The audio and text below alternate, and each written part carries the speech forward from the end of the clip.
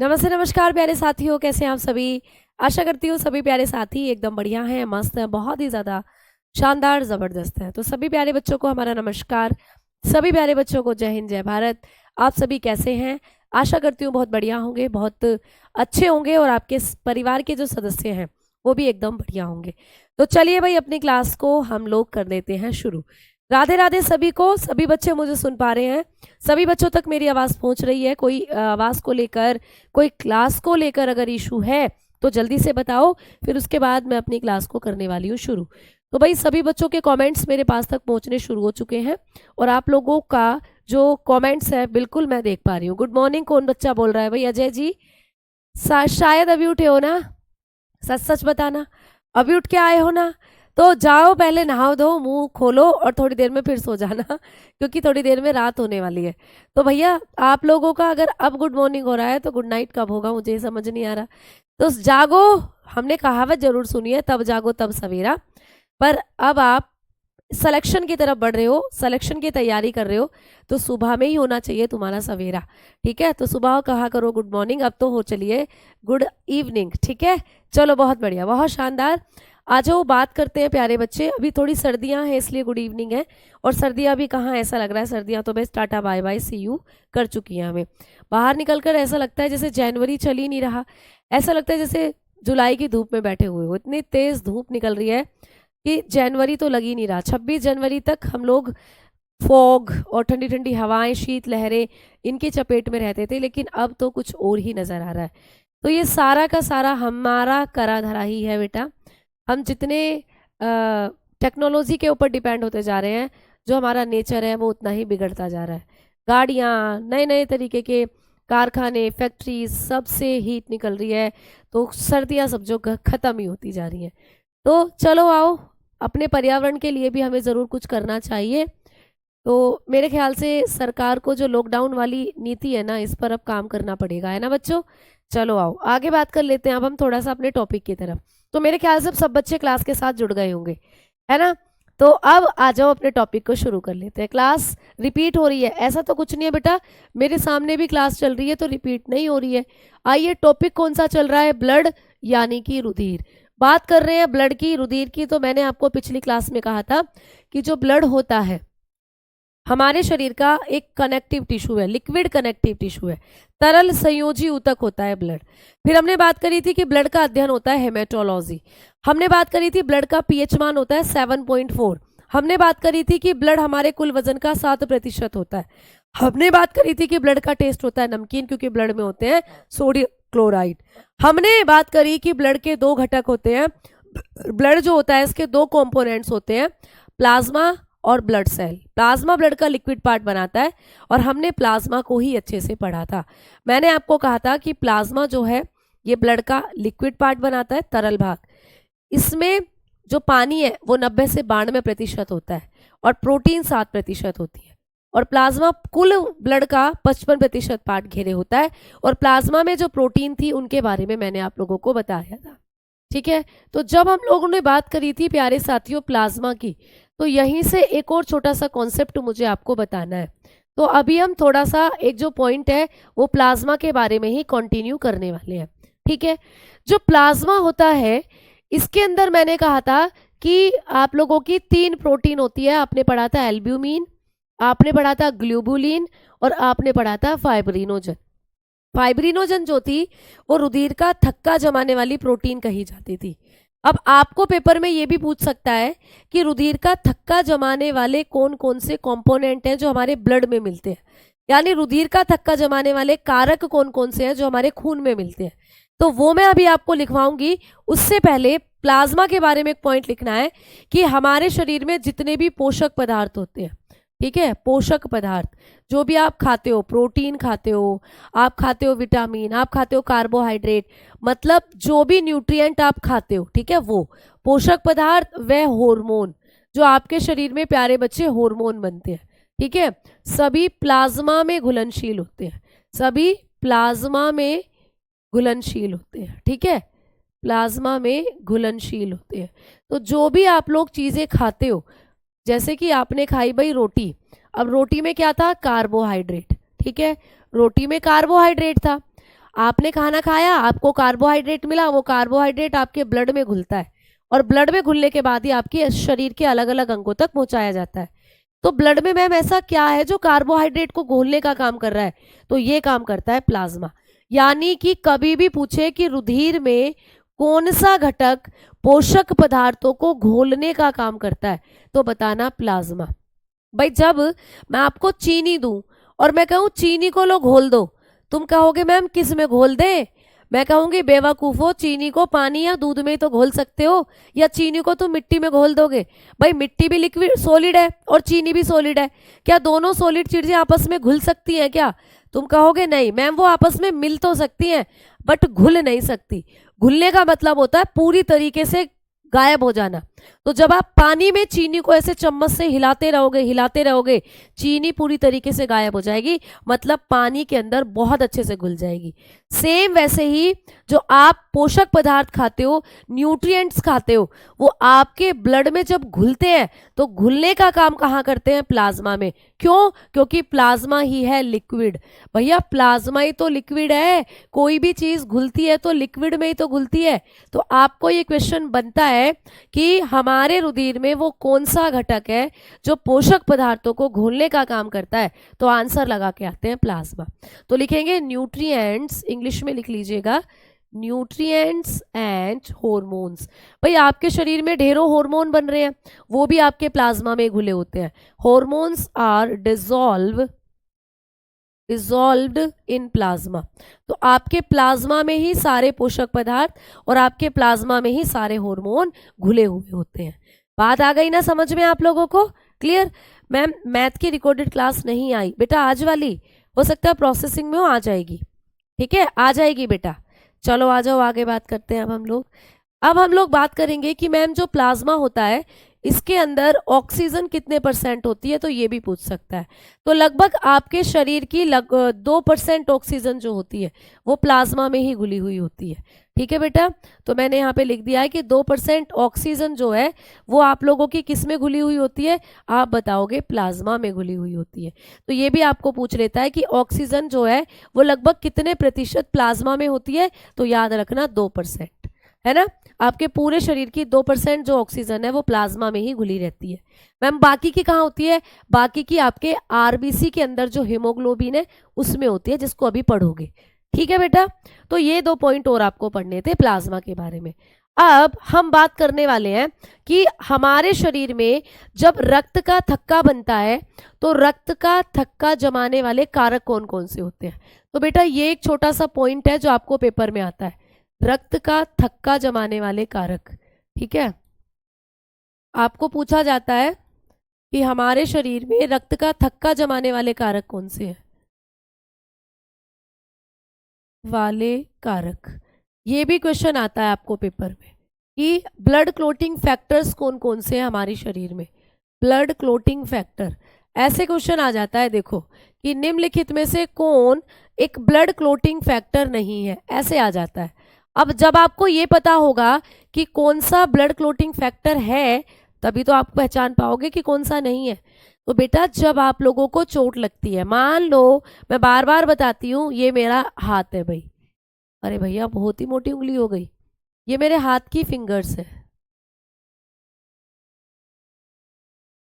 ठीक है, इस तरीके से जब आप अपने हाथों की फिंगर्स को देखते हो तो आप लोगों को क्या होता है, मतलब मान लो मुझे लग गई है भाई, यहाँ पर घाव हो गया, चोट लग गई है अंगूठे में, अब खून निकल रहा है मेरा, ये निकल रहा मेरा ब्लड, अब ब्लड रोकना है मुझे, तो मेरे शरीर में कौन कौन से ऐसे कारक हैं जो इस ब्लड को रोकने का काम करेंगे, जो इस ब्लड को मेरे शरीर के अंदर ही रखेंगे, बाहर निकलने से इसको रोकेंगे। तो ये सब होता है बहुत सारे कारकों की उपस्थिति में। पहला ब्लड क्लोटिंग कारक होता है बेटा विटामिन के। आपको पेपर में आता है कि कौन सी विटामिन है जो रक्त का थक्का जमाने में मदद करती है, तो आप कहोगे विटामिन के होती है ये। तो विटामिन के आपको रक्त का थक्का जमाने में आवश्यक है। दूसरा होता है बेटा कैल्शियम। कैल्शियम का नाम सभी ने सुन रखा है। आपके खून में जो कैल्शियम है वो हड्डियों के लिए तो जरूरी है ही, साथ में रक्त का थक्का जमाने के लिए भी जरूरी है। ठीक है। तीसरा कारक कौन सा होता है, तो आपको पूछेगा प्रोटीन, कि बताओ कौन सी ऐसी प्रोटीन है जो रक्त का थक्का जमाने में हेल्प करती है। जल्दी बताओ सारे बच्चे, मैंने आपको पढ़ाई थी, मैंने आपको परसों की क्लास में बताया था कि एक प्रोटीन है हमारे शरीर में जो रक्त का थक्का जमाती है। जल्दी से आंसर करो सारे बच्चे। क्लास क्लियर नहीं चल रही, क्या दिक्कत आ रही है बेटा? क्लास में आपको क्या दिक्कत आ रही है? मैम आपको 3 ही उंगली है क्या? मुझे पता था, मुझे पता ही था कि तुम जरूर कुछ ना कुछ इसमें नकल उतारोगे। है तो मुझे 5 ही उंगलियां, एक अंगूठा है, मिलाकर 5 है पूरा, लेकिन डायग्राम में थोड़ा सा समझ लोगे। लो भैया एकदम परफेक्ट ही बनाओ भाई तुम्हें तो। ये लो, अब ये टच करेगा और ये चलेगा ही नहीं। ये लो, मुझे सारी उंगलियां हैं, ये रहा मेरा हाथ, ठीक है। अब मान लो मेरे हाथ में ये चोट लग रही है और यहाँ से ब्लड निकल रहा है, आपको दिख रहा है ये चोट लग गई है, इस पूरी फिंगर में ब्लड निकल रहा है, उसको रोको। तो कैसे रोकोगे अब? तो आप कहोगे कि मैम ये सारे फैक्टर आपके ब्लड के मिलकर आपके खून को रोकेंगे। तो आपने बताया फाइब्रिनोजन, बिल्कुल सही बात। तो भाई आप लोगों तो आप लोग बहुत अच्छे से चीज़ों को पढ़ रहे हो, बिल्कुल याद है सभी को कि भाई प्लाज्मा में थी फाइब्रिनोजन नाम की प्रोटीन। तो यही क्या कर रही थी? फाइब्रिनोजन यही क्या कर रही थी बेटा? रक्त का थक्का जमाने में हेल्प कर रही थी। क्लियर? और मैम चौथा फैक्टर क्या होता है बेटा? चौथा फैक्टर होता है एक तरीके की ब्लड सेल। एक ब्लड सेल भी है जो आपकी हेल्प करती है रक्त का थक्का जमाने में। एक रुधिर कोशिका भी है बेटा जो आपकी मदद करती है रक्त का थक्का जमाने में। और वो रुधिर कोशिका कौन सी है? आप लोग बताकर चलते हो प्लेटलेट्स, आप बताकर चलते हैं प्लेटलेट्स। तो ऐसे आपको पॉइंट्स हैं जो याद करने हैं। प्लेटलेट्स को हिंदी में कहते हैं बिंबाणु, बिंबाणु, ठीक है, इनको हिंदी में हम बिंबाणु भी कह देते हैं। तो ये 4 फैक्टर हैं जो एक साथ मिलकर आपके घाव से खून को निकलना बंद करते हैं।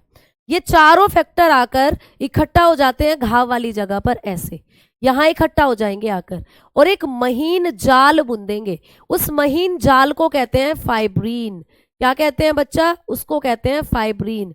फाइब्रिन नाम का एक छोटा सा जाल यहां पर बुन जाएगा और यही जाल तुम्हें तो दिखाई नहीं देगा, लेकिन माइक्रोस्कोप में जब इसको देखोगे ना घाव को तब दिखेगा। तो एक नन्हा सा जाल सा यहाँ पर जाकर जम जाता है जो आपके खून को बाहर निकलना बंद कर देता है। तो ये होता है ब्लड क्लोटिंग फैक्टर। समझ में आई बात? तो ये होता है प्यारे बच्चे ब्लड क्लोटिंग फैक्टर, या ये होता है ब्लड क्लोटिंग। जब हमें चोट लगती है, उस चोट पर जो घाव है जिससे खून निकल रहा है, उस घाव के ऊपर हल्का सा फाइब्रिन नामक, फाइब्रिन क्या है? रेशे हैं, यानी छोटे छोटे तंतु, छोटे छोटे फाइबर है हमारे शरीर के अंदर, ये आकर जमा हो जाते हैं घाव पर और घाव ढक जाता है जिससे खून निकलना बंद हो जाता है। तो ये चारों फैक्टर एक साथ मिलकर काम करते हैं। तो इन चारों को ही कहते हैं ब्लड क्लोटिंग फैक्टर, ठीक है, यानी कि ब्लड क्लोटिंग फैक्टर इन चारों को कहा जाता है। इनमें से कोई सा भी एक आपको पूछता है कि कौन ब्लड क्लोटिंग फैक्टर नहीं है, तो इन चारों के अलावा जो ऑप्शन में हो उसको टिक करके आना फिर, ठीक है। समझ में आ गई आप लोगों को बातें? चले अब आगे, चलो आ जाओ, अब आगे बढ़ते हैं। अब चलते हैं आप लोगों की जो ब्लड के अंदर सॉलिड पार्ट थे उनकी तरफ। भाई मैंने कहा था रुधिर 2 चीजों से मिलकर बना है, प्लाज्मा जो कि आप पूरा पढ़ चुके हो, ठीक है, और दूसरी होती है ब्लड सेल। ब्लड सेल यानी कि सॉलिड पार्ट जो आपका बनाती है। तो आइए अब बात करते हैं हम लोग ब्लड सेल्स की। आ जाओ प्यारे बच्चों, बात करेंगे ब्लड सेल्स की, ठीक है, ब्लड सेल्स। क्लियर? जिसको हम लोग कहते हैं रुधिर कोशिका, जिसको हम लोग कहते हैं रुधिर कोशिका, ठीक है। अब बात करते हैं रुधिर कोशिका की, ब्लड सेल्स की। अब प्यारे बच्चों हम लोग बात करने वाले हैं। तो अब ब्लड सेल्स क्या होती हैं? मैम ये आपके ब्लड का या हमारे ब्लड का सॉलिड पार्ट बनाती हैं। आपको मैंने पिछली क्लास में भी बताया था कि ये क्या कर रही होती हैं? ब्लड का सॉलिड पार्ट बनाती हैं, ठोस भाग बनाती हैं, ठीक है, ठोस भाग बनाती हैं, ठीक है। आप लोग बताकर चलोगे कि हमारे ब्लड का क्या करती है? सॉलिड पार्ट बनाती है। मैम कितना पार्ट बनाती है? तो पूरे ब्लड का ये बना रही होती है 45% भाग, ठीक है। कितना एरिया कवर करती है? 45% भाग बनाती है बेटा। ये भी आपको पूछ सकता है कि हमारे ब्लड में सॉलिड पार्ट कौन बनाती हैं, तो बताना ब्लड सेल बनाती हैं, रुधिर कोशिकाएं। मैम ये रुधिर कोशिकाएं कितनी होती हैं? हमारे पूरे ब्लड का कितना पार्ट कवर करती हैं? बताना 45% भाग, ठीक है। 45% पार्ट क्या कर रही होती है, कवर करती है। क्लियर, कवर 45% पार्ट, ठीक है, पार्ट ऑफ ब्लड। क्लियर, तो आपके ब्लड का 45% पार्ट ये क्या कर रही होती है, कवर कर रही होती है। अब हम आगे बात करते हैं। अब आगे बात करेंगे और आपको यहां से पूछेगा कि बताओ बताओ जमूरो कि कितनी हमारी बॉडी के अंदर हमारी ब्लड सेल्स होती हैं। हमारी बॉडी में ये जो ब्लड सेल है कितनी है, तो कहोगे 3 होती हैं, 3। कौन कौन सी, आरबीसी जरूर नाम सुना होगा, डब्ल्यूबीसी जरूर ही सुना होगा, और प्लेटलेट, अभी बताया था ना, प्लेटलेट एक तरीके की ब्लड सेल होती हैं, ये लिखा हुआ है ना, जो रुधिर का थक्का जमाने में मदद करती हैं। तो ये सारी चीज़ें कहाँ हैं, ये तुम्हारे ब्लड की तो है सारी चीज़ें, ये सब तुम्हारे ब्लड में ही पाया जाता है। विटामिन के तुम्हारे ब्लड में है, कैल्शियम तुम्हारे ब्लड में है, फाइब्रिनोजन तुम्हारे ब्लड में ही है, भाई प्लाज्मा में है, लेकिन प्लाज्मा भी तो ब्लड में ही है ना, और बेटा प्लेटलेट्स, ठीक है। तो कुल मिलाकर आपका जो ब्लड है, इसमें ये जो ब्लड सेल्स होती हैं ये कितनी होती हैं, आपको पूछा जाए तो आप कहोगे ये 3 प्रकार की होती हैं। भाई ये 3 होती हैं हमारी बॉडी के अंदर जो ब्लड सेल होती हैं। कौन कौन सी होती हैं, तो लिखेंगे होती हैं आरबीसी, ठीक है, आरबीसी। मैम आरबीसी की फुल फॉर्म, तो लिखेंगे red blood cell, red blood cell. RBC होती है हमारी रेड ब्लड सेल, जिनको कहते हैं लाल रुधिर कोशिका। क्या कहेंगे भाई, मेरे साथ साथ बोलो, लाल रुधिर कोशिका। अब दोबारा से कोई कभी नहीं पूछेगा मुझसे कि मैम आरबीसी की फुल फॉर्म क्या होती है। अब मैं इनको इतना लंबा नहीं लिखूंगी रेड ब्लड सेल, मैं आरबीसी ही यूज करूंगी अब आगे शब्द। अब आपने समझ लिया कि आरबीसी की फुल फॉर्म होती है रेड ब्लड सेल, है ना। डाउट ग्रुप चलाओ नहीं होता, चालू नहीं होता मैम। बेटा डाउट ग्रुप ना रात को 8 से 10 के बीच में ही ओपन होता है, तो 2 घंटे के लिए खुलता है वो, और उन 2 घंटे में आप केवल 2 ही मैसेज कर सकते हो, यानी 1 घंटे में 1 ही मैसेज कर सकते हो, ठीक है। क्लियर। अब प्रदीप जी बोल रहे हैं कि मैम समझ में नहीं आ रहा। अब मुझे बता दो प्रदीप जी कि क्या समझ में नहीं आ रहा, आपको क्या समझ में नहीं आ रहा। हड्डियों में दर्द क्यों होता है, हड्डी में दर्द हो सकता है कैल्शियम की कमी से, विटामिन डी की कमी से, ठीक है। तो हड्डियों में दर्द विटामिन डी और कैल्शियम की कमी से हो सकता है, ठीक। क्लियर। अच्छा थम्स अप करो, कितने बच्चों को चीजें समझ में आ रही है। आपने शायद प्रदीप पिछली क्लास को अटेंड नहीं करा था, इसलिए आप चीजों को समझ नहीं पा रहे हो। हमने पिछली क्लास में प्लाज्मा के बारे में पढ़ी थी चीजें। मैंने बताया था कि प्लाज्मा ब्लड का लिक्विड पार्ट है, और लिक्विड पार्ट है तो प्लाज्मा में घुलते हैं सारे पोषक पदार्थ आपके खून में, और प्लाज्मा ही घोलने का काम करता है हार्मोन को भी। तो वही छोटा सा कॉन्सेप्ट कि हमारे खून में जो पोषक पदार्थ हैं वो कहाँ घुलते हैं, और जो हार्मोन है वो कहाँ घुलते हैं, तो आपने कहा प्लाज्मा में घुलते हैं। क्यों घुलते हैं, क्योंकि प्लाज्मा ही तो है लिक्विड, लिक्विड में ही तो कोई चीज घुलती है। और प्लाज्मा में मैम ऑक्सीजन कितने % होता है, तो बताना 2% होता है ऑक्सीजन प्लाज्मा में। फिर हमने बात करी थी कि मैम हमारे खून में वो कौन कौन सी चीजें हैं जो रक्त का थक्का बनाने में मदद करती हैं। पूरे खून में बता दो, पूरे खून में से एक बार ये बता दो कि कौन कौन रक्त का थक्का जमाने में मदद कर रहा है। तो ये सारी जो 4 चीजें लिखवाई हैं ये रक्त का थक्का जमाती हैं। रक्त का थक्का जमना क्या होता है, जब भी तुम्हारे किसी भी बॉडी के अंदर चोट लगती है खून निकलता है। मान लो सर फूट गया, यहाँ से सर फूट गया तो खून निकलेगा, कहोगे ओहो भैया खून निकल गया है तेरा, तो तुम कहोगे चलो इसे रोकते हैं, चलो डॉक्टर के पास चलते हैं। जब तक डॉक्टर के पास जाओगे तब तक देखना थोड़ा थोड़ा खून कम हो जाएगा निकलना। तो वो खून का थक्का जमना जरूरी है जब चोट लगती है। क्यों, क्योंकि सारा खून बाहर आ जाएगा फिर अगर खून का थक्का नहीं जमेगा। तो मैम ऐसा कौन कौन है जो खून का थक्का जमाता है, विटामिन के जमाती है, कैल्शियम, प्रोटीन है, फाइब्रिनोजन और प्लेटलेट। ये सारे एक साथ इकट्ठा होकर घाव की जगह आ जाते हैं, और घाव पर एक फाइब्रिन, एक जाल बना लेते हैं। यही जाल सा आपके घाव को ढक देता है, जिससे खून बाहर निकलना बंद हो जाता है। इसी प्रोसेस को कहते हैं ब्लड क्लोटिंग, रक्त का थक्का जमना। ये बात हमने बताई है आप लोगों को, ठीक है। फिर हमने बात करी है, अब प्लाज्मा हो गया खत्म, आधा आज बता दिया, आधा पिछली क्लास में बता दिया था। अब बात कर रहे हैं ब्लड सेल की। ब्लड सेल आपके ब्लड का ठोस भाग बनाती है प्यारे बच्चे। कैसा पार्ट बना रही होती है, ठोस भाग बनाती है, और पूरे ब्लड का 45% भाग बनाती है ना, 45% पार्ट कवर करती है। और ये 3 तरीके की होती है। आप लोगों से पूछे कितने टाइप्स की होती है, तो बताना 3 टाइप्स की होती है। भाई 3 प्रकार की होती हैं जो ब्लड सेल होती है हमारे शरीर में। कौन कौन सी होती है, पहले नंबर पर आरबीसी, जिनकी फुल फॉर्म होती है रेड ब्लड सेल। लाल रुधिर कोशिका। दूसरे नंबर पर होती है WBC, बहुत शानदार, कुछ बच्चे मुझे बता रहे भी थे। WBC की फुल फॉर्म होती है व्हाइट ब्लड सेल। WBC को कहा जाता है व्हाइट ब्लड सेल, यानी श्वेत रुधिर कोशिका।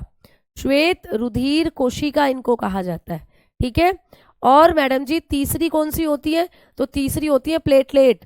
जब डेंगू होता है तो बहुत नाम सुना होगा, उसकी तो प्लेटलेट घट गई, उसकी तो प्लेटलेट घट गई।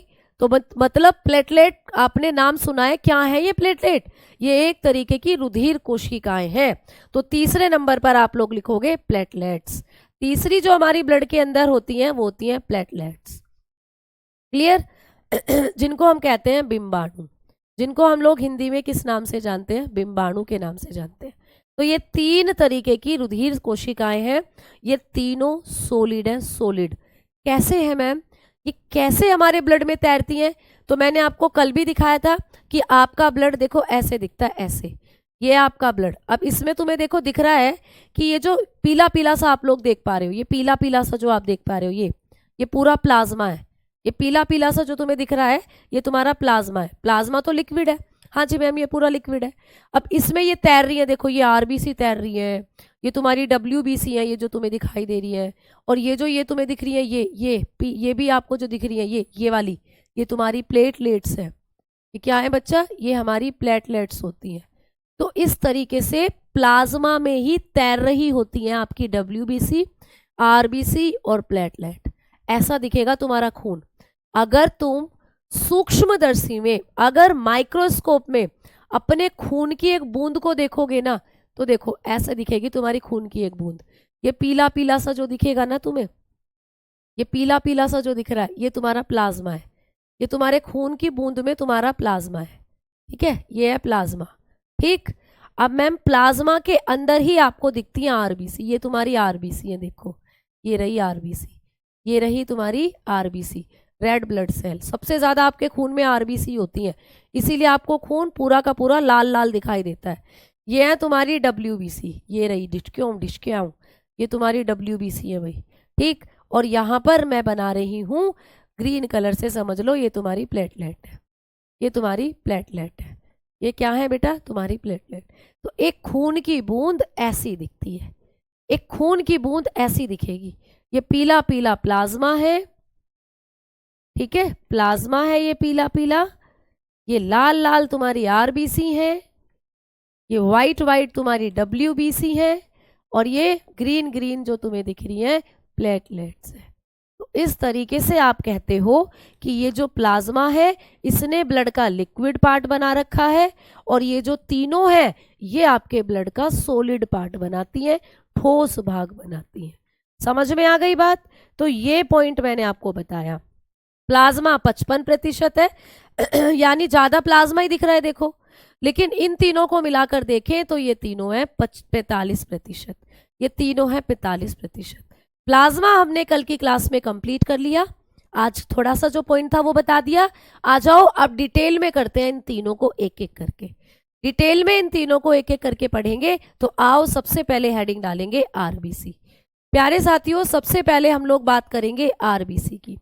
जो जो पॉइंट आपको RBC से रिलेटेड पेपर में आते हैं उनके बारे में अब हम लोग करने वाले हैं बात, ठीक है। चलिए सबसे पहले पढ़ने वाले हैं RBC के बारे में, जिसको कहते हैं, मैंने अभी कहा था, लाल रुधिर कोशिका। बात करेंगे लाल रुधिर कोशिका की। बताओ यहां तक पॉइंट क्लियर है ना सभी को? जल्दी बोलो। इनको ही ना प्यारे बच्चे, इनको ही हम लोग क्या कहते हैं? रेड ब्लड सेल और रेड ब्लड कार्पेसल्स के नाम से जानते हैं, ठीक है। इन्हीं को कहा जाता है रेड ब्लड सेल, और इन्हीं को कहा जाता है प्यारे बच्चे रेड ब्लड कार्पेसल्स। तो चाहे कार्पेसल्स बोल दो या सेल्स बोल दो, चाहे इनको आप लोग लाल रुधिर कोशिका बोल दो या लाल रुधिर कणिका बोल दो, है ये सेम ही बात, ठीक है। समझ में आ गई बात? आ जाओ अब हम लोग बात कर रहे हैं RBC की। सबसे पहले आपको पॉइंट आता है पेपर में कि जो RBC होती है इनका वैज्ञानिक नाम क्या होता है या इनका रासायनिक नाम क्या होता है, केमिकल नेम। चलिए बात करते हैं RBC का केमिकल नेम, आपको पूछेगा रासायनिक नाम। तो बेटा जो RBC होती हैं इनका केमिकल नेम क्या होता है, यानी कि जब आप टेस्ट कराने जाते हो डॉक्टर के पास तो डॉक्टर इनको किस नाम से पुकारते हैं, डॉक्टर इनको आरबीसी को किस नाम से पुकारते हैं। कई बार देखना जब हम कोई रिपोर्ट कराते हैं अपनी, जैसे खून की जांच कराते हैं तो उसमें लिखा होता है टोटल एरिथ्रोसाइट। एरिथ्रोसाइट मतलब आरबीसी, मतलब आरबीसी तो हम नॉर्मल भाषा में बोलते हैं, लेकिन वैज्ञानिक रूप से केमिकल रूप से जो इनका नाम है वो होता है, आप बताते हो एरिथ्रोसाइट। तो ये आपको पूछा जाता है पेपर में कि एरिथ्रोसाइट किसका केमिकल नेम है, आप बताएंगे आरबीसी का। ठीक है, आप बताते हो कि एरिथ्रोसाइट जो होती है ये किसका नाम है, आप बताओगे आरबीसी का। ठीक है, ठीक प्यारे बच्चे, एरिथ्रोसाइट जो होती हैं ये आपकी आरबीसी का केमिकल नेम होता है। चलो आओ अगला पॉइंट कि मैम आरबीसी हमारे शरीर में कितनी होती है, भाई इनकी मात्रा कितनी होती है हमारे शरीर में। तो आप लोग बताओगे, मैंने आपको अभी भी कहा कि ये हमारे खून में सबसे ज़्यादा होती है। अगर हम अपने खून की बात करते हैं तो आपके खून में आपकी जो आरबीसी है वो सबसे ज़्यादा होती है। तो मैम कितनी होती हैं, तो बताओ, आप लोग बताएंगे 4.5 से, ये होती है 5.5 मिलियन, यानी आपके शरीर में इनकी संख्या मिलियंस में होती है बेटा। तो ये आपके शरीर में 4.5 से 5.5 मिलियन होती है, इतनी सारी होती है। ठीक है, अच्छा मैम इनका निर्माण कहाँ होता है हमारे शरीर में, आपको कभी भी पूछे कि आरबीसी का निर्माण कहाँ होता है, आरबीसी का फॉर्मेशन कहाँ होता है हमारे शरीर में, तो प्यारे साथियों आपके शरीर के अंदर जो आपकी आरबीसी है, आरबीसी छोड़ो, आपके शरीर में जो पूरा का पूरा खून बन रहा है वो कहाँ बन रहा है, तो बेटा आपकी हड्डियों में बन रहा है। आपका खून आपकी हड्डियों में बनता है जी मैडम, हड्डियों में बनता है। हाँ जी, कैसे अभी बताऊंगी, पहले लिख लीजिए कि आरबीसी का निर्माण कहाँ होता है, बताओगे बोन मैरो में होता है। बोन मैरो यानी कि अस्थि मज्जा, अस्थि मतलब हड्डी और मज्जा मतलब खाली जगह, तो आपकी हड्डियों के बीचों बीच होती है खाली जगह, उसको कहते हैं अस्थि मज्जा। तो अस्थि मज्जा में ही आपका खून बनता है। देखो समझो, अगर मैं आपको दिखाऊं बोन मैरो कैसा दिखता है, तो चलो बोन मैरो की बात करते हैं, है ना। चलो मैं तुम्हें दिखाती हूँ कि बोन मैरो कैसा होता है। अरे भाई साहब क्यों नहीं चल रहे हो आज, चलो मैं तुम्हें दिखाती हूँ बोन मैरो कि आपकी जो हड्डी होती है इसमें बोन मैरो कहाँ दिखता है। और बोन मैरो जो होता है इसी के अंदर आपकी हड्डियों के अंदर ही खून का निर्माण होता है। तो जब कभी भी आप किसी बोन को देखते हो, किसी हड्डी को देखते हो, तो जैसे कि आपको ये दिखाई दे रही है, ये दिखाई दे रही है हड्डी, इस हड्डी के अंदर ये जो आपको स्पेस ये पूरा जो नजर आ रहा है ये आपका बोन मैरो है। तो बेटा आपकी जो हड्डियां होती है ना उनके अंदर ही बनता है आपका खून।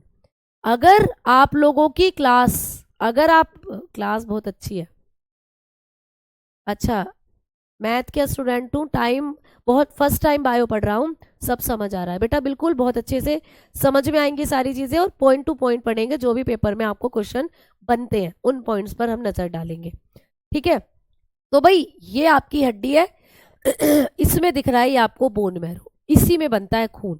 देखो जैसे मैं एक छोटा सा डायग्राम बनाऊं, अगर मैंने आपको ये आपकी हड्डी बना दी, ये टोमी वाली हड्डी, टोमी, टोमी खाता है ना ऐसी हड्डी, जो टोमी होता है डॉगी।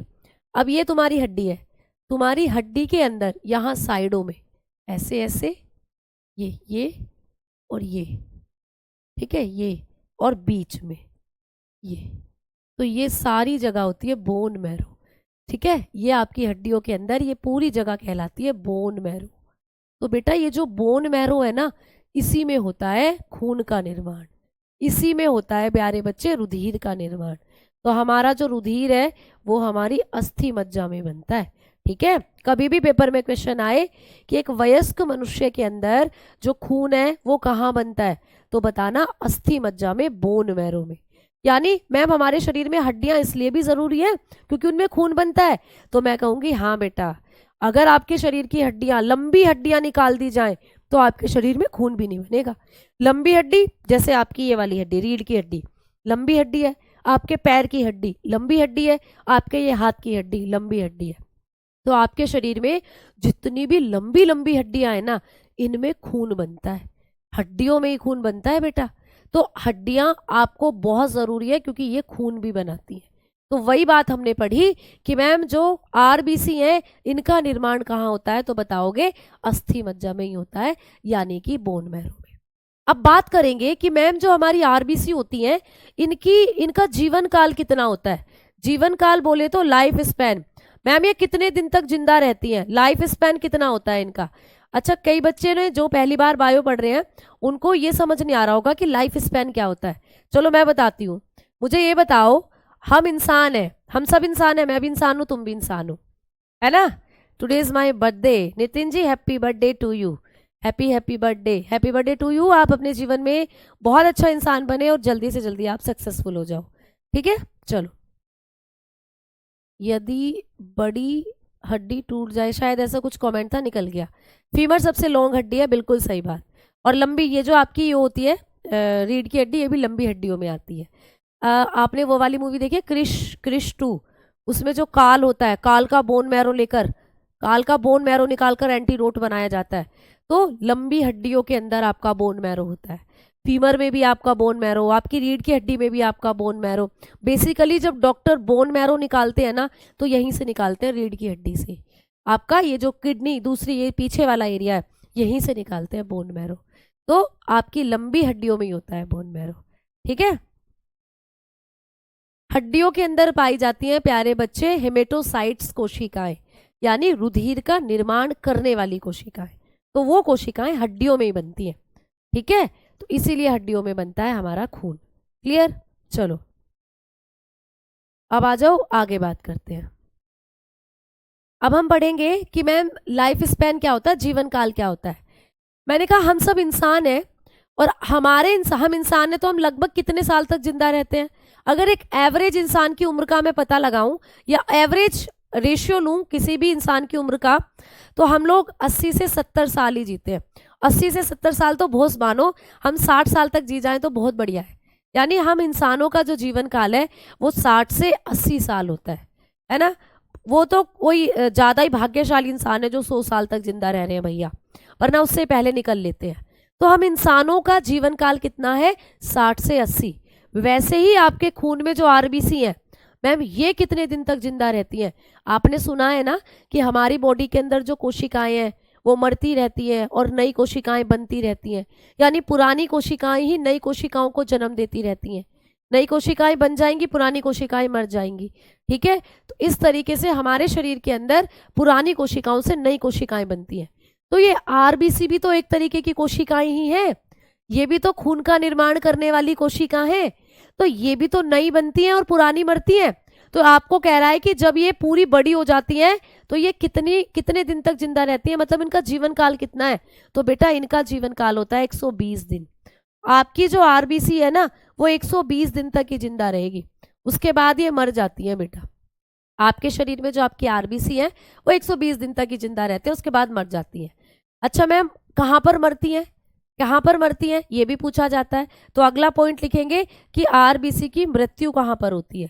आरबीसी जो है आपके शरीर में, इनकी डेथ कहाँ पर होती है, यानी कि जब ये बेचारी बूढ़ी हो जाती हैं, जब ये 120 दिन की हो जाती हैं, 118 दिन की हो जाती है, 119 दिन की हो जाती है, बूढ़ी हो गई बूढ़ी हो गई, अब बेचारी ये मरेंगी। कहाँ मरेंगी, तो आप बताओगे आपके प्लीहा में मरेंगी। एक पेपर में क्वेश्चन आता है कि आरबीसी की मृत्यु कहाँ होती है, हमारे शरीर में हमारी आरबीसी कहाँ जाकर मरती है।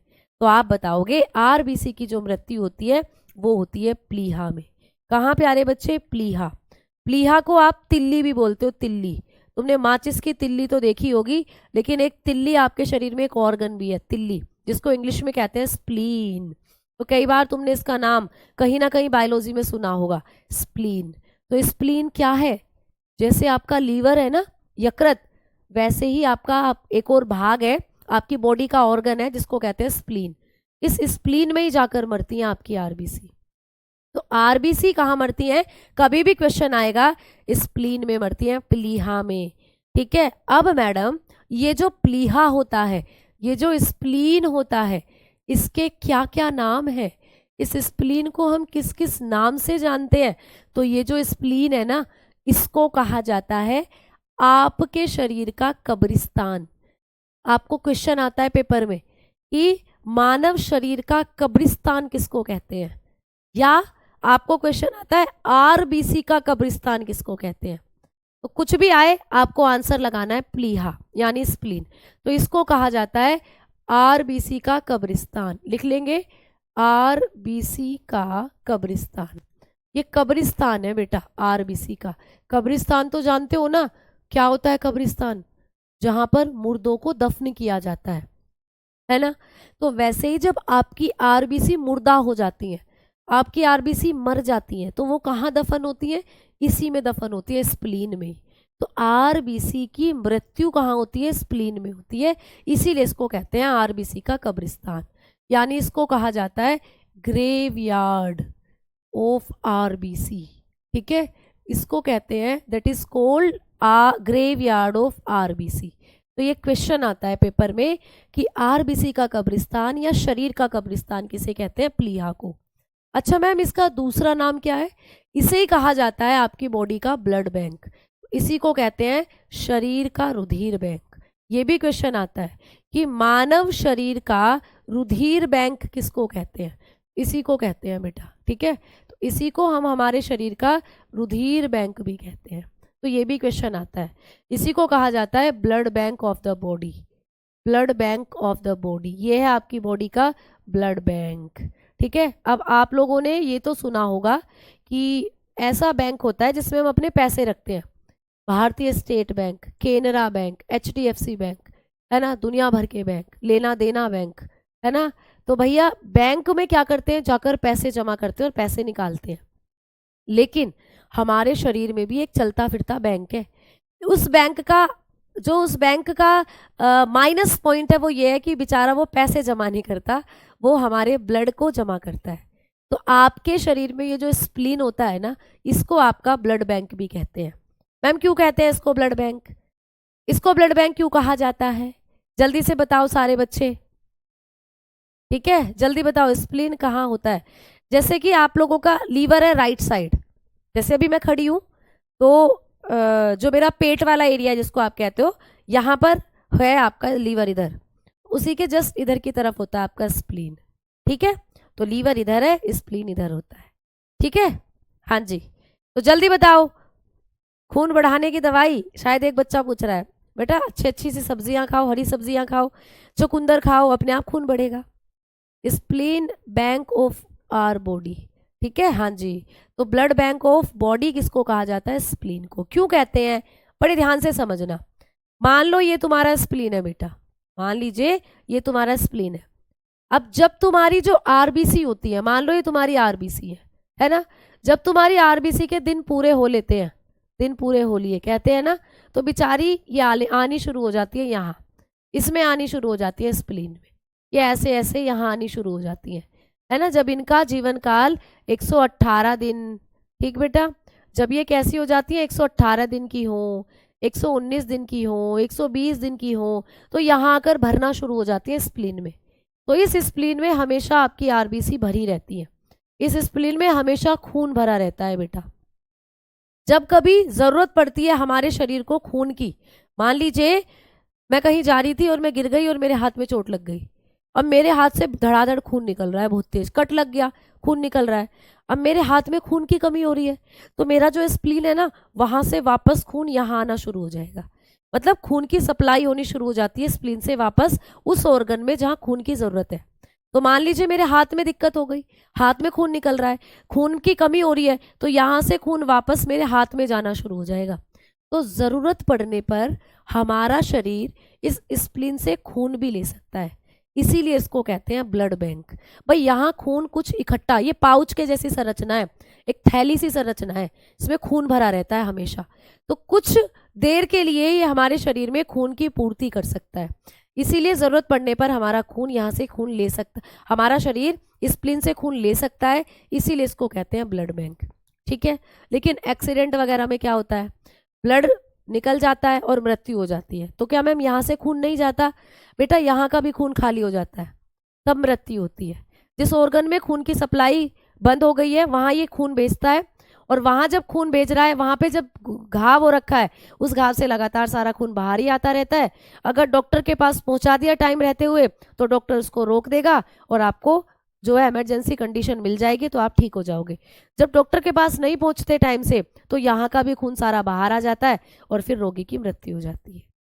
ये होता है उसमें, ठीक है। आरबीसी स्प्लीन में कैसे जाती हैं बेटा? आरबीसी स्प्लीन में ब्लड फ्लो के साथ ही जाती हैं, ठीक है। हमारे स्प्लीन से भी बहुत सी धमनी और शिराएं जुड़ी हुई होती हैं जो स्प्लीन को, जो आप लोगों की आरबीसी इसको सप्लाई कर आती हैं आपके स्प्लीन तक। क्लियर? क्लियर? तो ऐसे होती है सारी दिक्कत। तो इसके ये दो नाम इसलिए हैं क्योंकि यहाँ आरबीसी जाकर मरती हैं, इसीलिए इसको कहते हैं कब्रिस्तान। और यहाँ हमेशा ब्लड भरा रहता है और जरूरत पड़ने पर ब्लड की सप्लाई यहाँ से हो सकती है। जैसे तुम्हारे घर में पैसे खत्म हो गए और बैंक में तुम्हारे पैसे जमा है तो तुम बैंक से निकाल लाते हो जाकर, वैसे ही तुम्हारी बॉडी में खून खत्म हुआ लेकिन स्प्लीन में थोड़ा सा जमा है तो स्प्लीन वापस से उस खून को तुम्हारी बॉडी में ट्रांसफर करने लग जाता है। तो ये ब्लड बैंक की तरह काम करता है। क्लियर हो गई बात? आ जाओ आगे बात करते हैं आरबीसी के बारे में। भी बहुत बातें हैं जो बाकी हैं आरबीसी के बारे में। अगला पॉइंट हम लोग पढ़ेंगे कि हमारी जो आरबीसी होती है बेटा, इनके अंदर केंद्रक नहीं होता। याद रखना, ये आपके शरीर की ऐसी कोशिकाएं हैं जिनमें केंद्रक नहीं होता। पूछा जाता है पेपर में तो बताओगे आरबीसी में केंद्रक नहीं होता बेटा। केंद्रक क्या होता है अभी समझाऊंगी। केंद्रक नहीं होता, ठीक है। अंतःद्रव्य जालिका भी नहीं होती, ये भी पूछ लिया जाता है आजकल, अंतःद्रव्य जालिका, ठीक है। और बेटा राइबोसोम है ना। और बेटा क्या नहीं होता? और बताओगे माइटोकॉन्ड्रिया, ठीक है। माइटोकॉन्ड्रिया, इनमें से कुछ भी नहीं पाया जाता आपकी आरबीसी में, ठीक है, नहीं पाया जाता। तो आपको पेपर में आता है कि हमारे शरीर की वो कौन सी कोशिकाएं हैं जिनमें ना तो केंद्रक होता है, ना अंतःद्रव्य जालिका होती है, ना राइबोसोम होता है, ना माइटोकॉन्ड्रिया होता है। आरबीसी में कुछ नहीं है। तो मैम क्या है आरबीसी में? आरबीसी में है हेमोग्लोबिन। नाम तो सुना होगा, बिल्कुल अभी बताऊंगी। तो भैया आरबीसी में ना केंद्रक है, ना अंतःद्रव्य जालिका, ना राइबोसोम, ना माइटोकॉन्ड्रिया। तो लिख लीजिएगा पहले फिर समझाती हूँ। RBC lacks nucleus. भाई आरबीसी में न्यूक्लियस भी नहीं होता। अंतःद्रव्य जालिका को कहते हैं ईआर यानी एंडोप्लाज्मिक रेटिकुलम, है ना। Ribosomes and mitochondria. तो हमारी जो आरबीसी है इसके अंदर आपको कुछ भी नहीं दिखता, ना केंद्रक, ना न्यूक्लियस, ना प्यारे बच्चे एंडोप्लाज्मिक रेटिकुलम, ना ही राइबोसोम और ना ही माइटोकॉन्ड्रिया। जब अब मैं आपको दिखाती हूँ कि जब भी किसी कोशिका को हम देखते हैं तो उसमें ये सारी चीजें कहाँ होती हैं। मान लो ये कोशिका है प्यारे बच्चे आपके शरीर की, मान लो ये आपके बॉडी की एक सेल है, मान लो ये आपकी बॉडी की एक कोशिका है, ठीक है। हाँ जी मैम है। तो इसमें बीचों बीच एक संरचना आपको देखने को मिलती है, इसे कहते हैं केंद्रक। इस संरचना को कहा जाता है केंद्रक यानी कि न्यूक्लियस। क्लियर है ना? चलो मैम यहाँ पर एक संरचना देखने को मिलती है जिसे कहते हैं माइटोकॉन्ड्रिया। क्या कहते हैं भाई? माइटोकॉन्ड्रिया, बिल्कुल कहते हैं मैम माइटोकॉन्ड्रिया। क्लियर? यहाँ पर एक संरचना देखने को मिलती है ऐसे ऐसे, इसको कहते हैं हम ईआर। और इसी ईआर पर पाए जाते हैं ऐसे ऐसे मोती जैसी संरचना जिसको कहते हैं राइबोसोम। तो जब आप एक नॉर्मल सेल को देखोगे, जब आप एक सामान्य कोशिका को देखोगे तो एक सामान्य कोशिका में सारी चीजें आपको नजर आएंगी। लेकिन जब तुम एक आरबीसी को देखोगे, मान लो ये तुम्हारी आरबीसी है, जब तुम आरबीसी को देखोगे ठप पे ठप, देखो कुछ भी नहीं है बेचारी में, ना बीच में केंद्रक दिख रहा है उसकी तरह, ना यहाँ माइटोकॉन्ड्रिया दिख रहा है, ना यहाँ दिख रहे हैं आपको राइबोसोम, ना दिख रहे हैं यहाँ एंडोप्लाज्मिक रेटिकुलम, ठप पे ठप, कुछ नहीं है इसमें, ठीक है। तो मैम इसमें है क्या? इसमें बैठा हुआ है हेमोग्लोबिन, इसमें बैठा हुआ है हेमोग्लोबिन। तो आपकी आरबीसी ऐसी कोशिकाएं हैं जिनमें ना तो केंद्रक है, ना अंतःद्रव्य जालिका, ना राइबोसोम, ना माइटोकॉन्ड्रिया, कुछ नहीं है। मैम क्या है? इसमें ये बैठे हुए हैं महाराज जी बैठे हुए हैं इसमें, हेमोग्लोबिन, महाराज जी हेमोग्लोबिन बैठा हुआ है इसमें। हेमोग्लोबिन ने सबको भगा दिया, हेमोग्लोबिन ने कहा जाओ सब भागो यहाँ से, मैं देख लूंगा अपने आप, सब कुछ मैं देख लूंगा। तो इसमें बैठा हुआ है ये हेमोग्लोबिन। तो आपकी आरबीसी के अंदर कौन सा वर्णक पाया जाता है? तो बताओगे हीमोग्लोबिन पाया जाता है ना। आपकी आरबीसी के अंदर एक पिगमेंट है जिसको कहते हैं हीमोग्लोबिन। अभी इन भाई साहब के बारे में बात करेंगे हम, है ना। स्प्लीन कहाँ पाई जाती है बेटा? जैसे ईआर की फुल फॉर्म होती है एंडोप्लाज्मिक रेटिकुलम। ये आप जब मैं आपको कोशिका वाला चैप्टर कराऊंगी वहां डिटेल में कराऊंगी, अभी आप इसको शॉर्ट में याद रखो क्योंकि अभी हम कोशिका वाला चैप्टर नहीं पढ़ रहे हैं। वहां इन सब नामों को डिटेल में आप करोगे कोशिका वाले चैप्टर में, ठीक है। ठीक है, हमारे शरीर में रोज 31 भी होती है, समझ नहीं आया। चलो चलो चलो चलो, बहुत बढ़िया बेटा। दिल्ली पुलिस का डाउट ग्रुप ओपन है, रात को 8 से 10 के बीच में खुलता है। अभी नहीं खुलेगा, अभी नहीं खुलेगा। अब बहुत से बच्चों के मन में जिज्ञासा उत्पन्न हो रही है, ये हीमोग्लोबिन बताओ, हीमोग्लोबिन। थमो, थोड़ा सा रुको, इन भाई साहब जी को भी पढ़ेंगे, इनको छुट्टी पे रहने दो, अभी थोड़ा सा इनके बारे में अभी पढ़ाऊंगी। अभी पहले इस कॉन्सेप्ट को तो क्लियर कर लो। आरबीसी में ना केंद्रक है, ना अंतःद्रव्य जालिका, ना राइबोसोम, ना माइटोकॉन्ड्रिया। तो मैम क्या कोई इस संसार में ऐसा भी जानवर है जिसकी आरबीसी में हमें सब देखने को मिलता है ना भैया। दुनिया अपवादों से भरी पड़ी है, तो ऐसे भी अपवाद आपको देखने को मिल जाएंगे। तो पेपर में पूछेगा बताओ वो कौन से जानवर हैं, कौन से जंतु हैं जिनकी आरबीसी में केंद्रक होता है, जिनकी आरबीसी में राइबोसोम, माइटोकॉन्ड्रिया सब होता है। तो बताना ऊंट और लामा।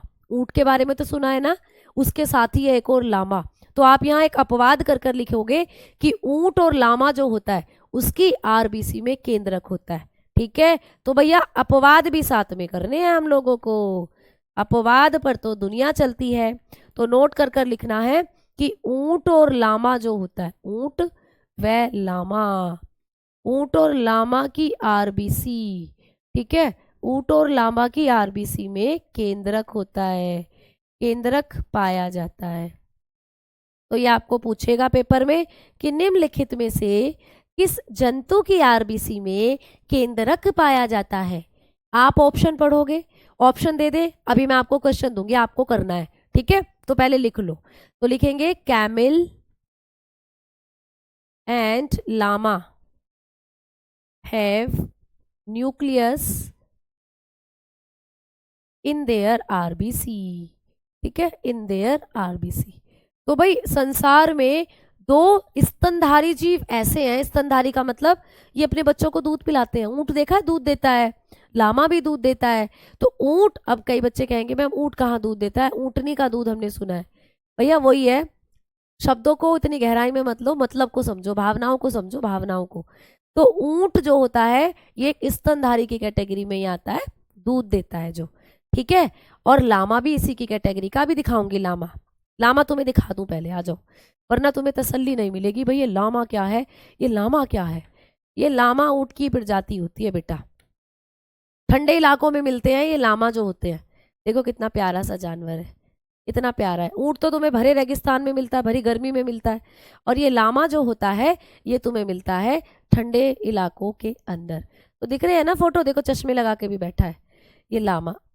तो ये लामा होता है जो आप लोगों को, ऊंट की ही दूसरी प्रजाति है, ऊंट की ही नस्ल है ये, ठीक है। ये होता है भाई लामा, ठीक बेटा, ये होता है लामा।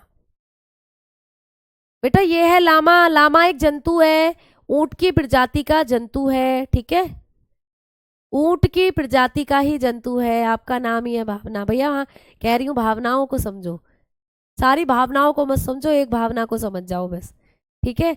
लामा होता है एक जंतु बेटा, इस तरीके से दिखता है, और ये ऊंट की ही प्रजाति का जंतु है, ठीक है। चलो आ जाओ आगे बात करते हैं। अब हम पढ़ेंगे कि मैम जो ऊंट है और लामा है इसकी आरबीसी को अगर उठाकर देखा जाए तो मैम इसमें वो हमें ऐसी दिखेगी, हाँ जी बिल्कुल ऐसी दिखेगी, उसमें केंद्रक भी होगा और सब कुछ होगा, ठीक है। अब देखो क्वेश्चन ऐसे बनता है पेपर में, अब मैं क्वेश्चन दे रही हूँ आपको, क्वेश्चन कैसे बनता है, ऐसे बनता है कि निम्न में किस जंतु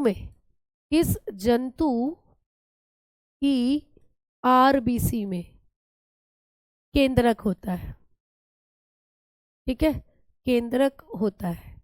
आपको ऐसे दे देता है, तो निम्नलिखित में से किस जंतु की आरबीसी में केंद्रक होता है। ऑप्शन दे देगा पहला, ठीक है, which animals RBC have nucleus in following, ऐसे करके आ जाएगा।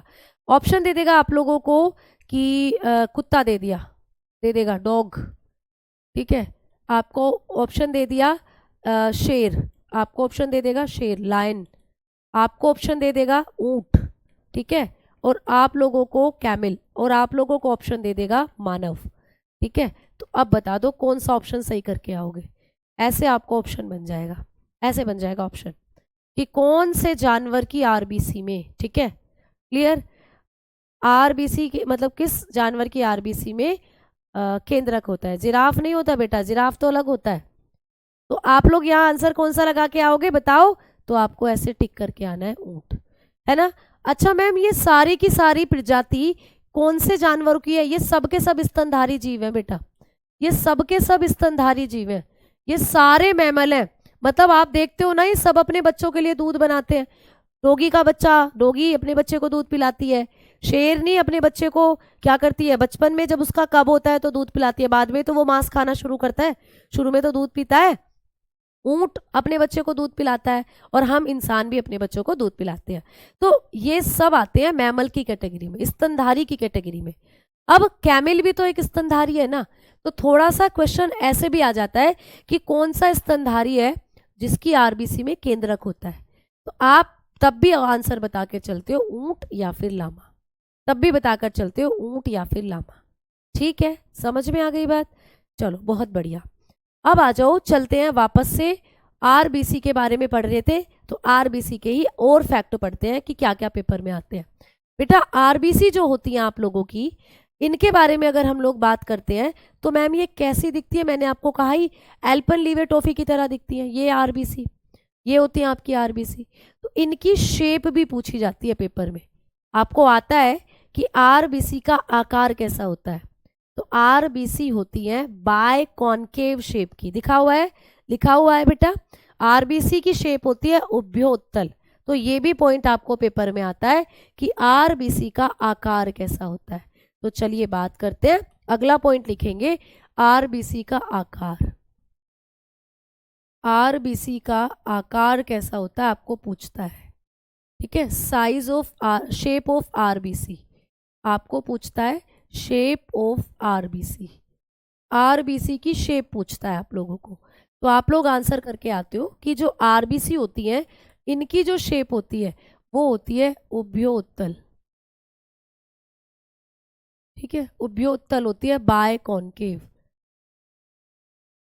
बाय कॉनकेव मतलब बीच से पिचकी हुई सी होती है आरबीसी, अभी दिखाया था ना, बाय कॉनकेव होती है इनकी शेप, देखो ये लग रही है ना जैसे बीच से पिचक रही हो, ये देखो बीच से पिचकी पिचकी सी होती है जो आरबीसी होती है।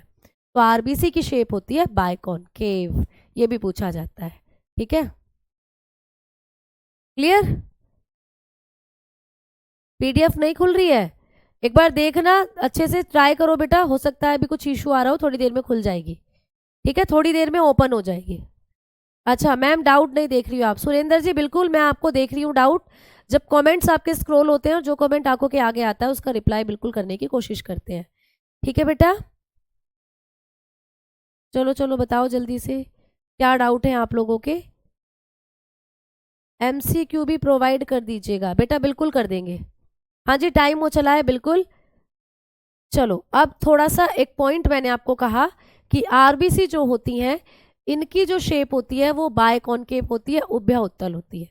कल की क्लास में मैं आप लोगों को जो आरबीसी होती है बेटा इनका फंक्शन बताऊंगी, आरबीसी का कार्य, तो आप लोग हेडिंग डालकर छोड़ेंगे आरबीसी का कार्य क्या होता है, ये कल की क्लास में हम पढ़ेंगे, ठीक है। कल की क्लास में मैं आपको पढ़ाऊंगी फंक्शन ऑफ आरबीसी, ठीक है, फंक्शंस ऑफ आरबीसी, आपकी जो आरबीसी है ये क्या काम करती हैं कल की क्लास में हम ये करेंगे, ठीक बेटा। अच्छा जैसे अभी मैंने कहा कि आरबीसी का जो आकार है वो उभयोत्तल होता है, ऑलमोस्ट साइज पूछ ले कितना होता है, साइज कितना होता है भाई, ऑलमोस्ट रेंज कितनी है, तो बताकर चलते हो 7.5 माइक्रोन के आसपास होती है आपकी आरबीसी का जो साइज होता है, ठीक है, इतना साइज आप मान सकते हो, क्लियर बेटा। चलो तो कल की क्लास में अब हम, कल तो सैटरडे है, सैटरडे में आपकी क्लास नहीं चलती है, आप लोगों का जो भी क्लास है पूरा यो यकीन बैच है, उसमें जो क्लासेस का टाइमिंग रखा गया है वो मंडे से फ्राइडे ही रखा गया है। तो अभी तक आपने जितना साइंस पढ़ा है उसको आप रिवाइज कर लेंगे अच्छे से। और कल मेरी यूट्यूब पर एसएससी जीडी के लिए एक वन शॉट क्लास है, जिसमें मैं कंप्लीट बायोलॉजी को कराने वाली हूँ एक ही क्लास के अंदर। मतलब कंप्लीट बायोलॉजी के इंपॉर्टेंट पॉइंट्स मैं कराने वाली हूँ आप लोगों को एक ही क्लास में। दोपहर 1 बजे से वो क्लास है, चाहो तो उसके साथ जुड़ सकते हो प्यारे बच्चों आप, ठीक है। चाहो तो उसके साथ आप लोग जुड़ सकते हो। क्लियर। तो कल मेरी वन शॉट क्लास है 1 बजे से, तो इसलिए भी अगर मैं कल आपकी क्लास लेना चाहूँ तो भी नहीं ले पाऊंगी, क्योंकि वो क्लास थोड़ा सा लंबा चलेगी। तो कल वन शॉट के साथ आप जुड़ सकते हो, जिसमें आपकी बायोलॉजी के बहुत से कॉन्सेप्ट हैं जो आप वहां से सीख सकते हो इन शॉर्ट। ठीक है। तो मिलते हैं कल वन शॉट में। अगर आप जुड़ना चाहते हो तो बिल्कुल। तब तक के लिए जय हिंद, जय भारत, नमस्कार।